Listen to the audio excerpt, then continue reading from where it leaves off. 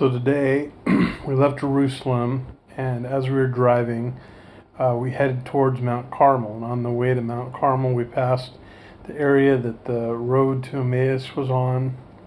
We also passed the area that Elijah confronted the Baal worshippers and called down fire from heaven. So we eventually made our way to Haifa, which had a bi-temple,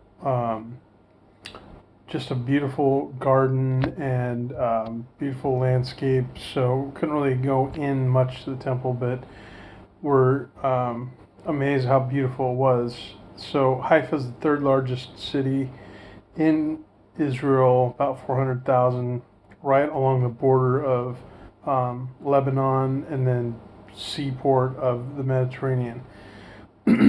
So then while we were there, we're on Mount Carmel area, and they had a church dedicated to Mary, the mother of Jesus, and supposedly the place that Elijah went and hid in a cave.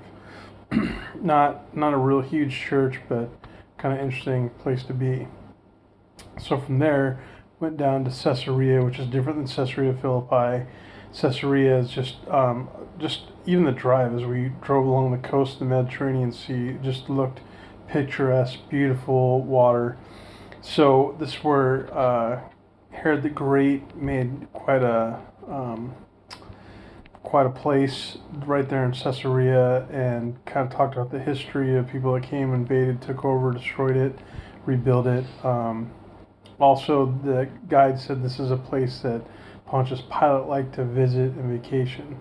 So then, after driving from Caesarea, we drove down to Tel Aviv. But before we got to Tel Aviv, we went to Haifa, which is Joppa in the New Testament, and we got to see the place that Simon the tanner's house was, where Peter had the vision of all the food coming down and Jesus declaring that everything is clean.